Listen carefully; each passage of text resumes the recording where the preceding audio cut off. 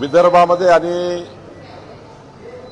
मुंबई आणि या भागात कोकण भागामध्ये काही मराठवाडा या भागामध्ये अतिवृष्टी होताना दिसते आहे।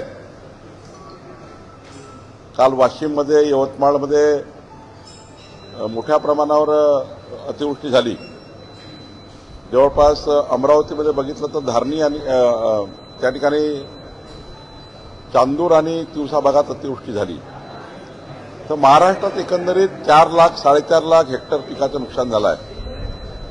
आमचे जिल्हाधिकारी प्रांत तहसीलदार फील्डवर आहे, कृषी अधिकारी फील्डवर आहे। माननीय मुख्यमंत्र्यांनी संपूर्ण विभागाला सूचना दिल्या आहेत। एसडीआरएफ एनडीआरएफचे टीम्स रेस्क्यू करता आहे। जे काही नैसर्गिक आपत्तीचे नॉर्म्स आहेत त्याप्रमाणे नुकसान भरपाई देण्याकरताचे आदेश सुद्धा माननीय मुख्यमंत्र्यांनी जारी केले आहेत। जिल्हाधिकारी आपल्या मायनस अकाउंटमध्ये जाऊन नैसर्गिक आपत्तीच्या अकाउंटमध्ये जाऊन पैसे विड्रॉ करू शकतात। त्याला शासनाच्या मान्यतेची गरज नाही।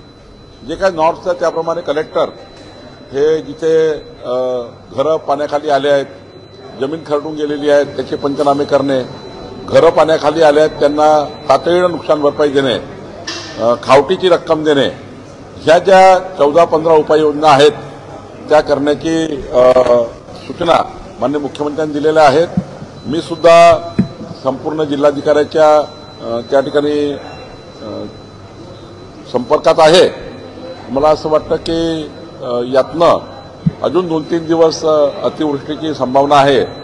तर अजून या ठिकाणी आम्ही जास्त लक्ष देऊन जीवहानी होणार नाही याची काळजी सरकार घेत आहे। प्रामुख्याने नांदेड भागामध्ये मोठ्या प्रमाणामध्ये पाऊस झाला। तिथल्या नागरिकांचं म्हणणं आहे की आम्हाला लवकरात लवकर मदत करायला पाहिजे, कारण की घरच्या घर सगळं वाहून गेलं। नांदेडच्या पट्ट्यामध्ये खालच्या पट्ट्यात मोठा पाऊस झाला।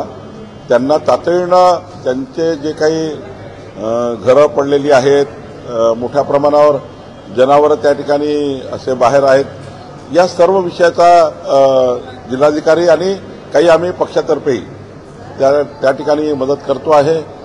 शेवटी एकटे जिल्हाधिकारी नैसर्गिक आपत्तीमध्ये जे काही त्यांचे नॉर्म्स आहेत त्याप्रमाणे ते करतात, पण अजून ॲडिशनल मदत त्या ठिकाणी करण्याचा प्रयत्न आमच्या स्तरावर आम्ही करतोय।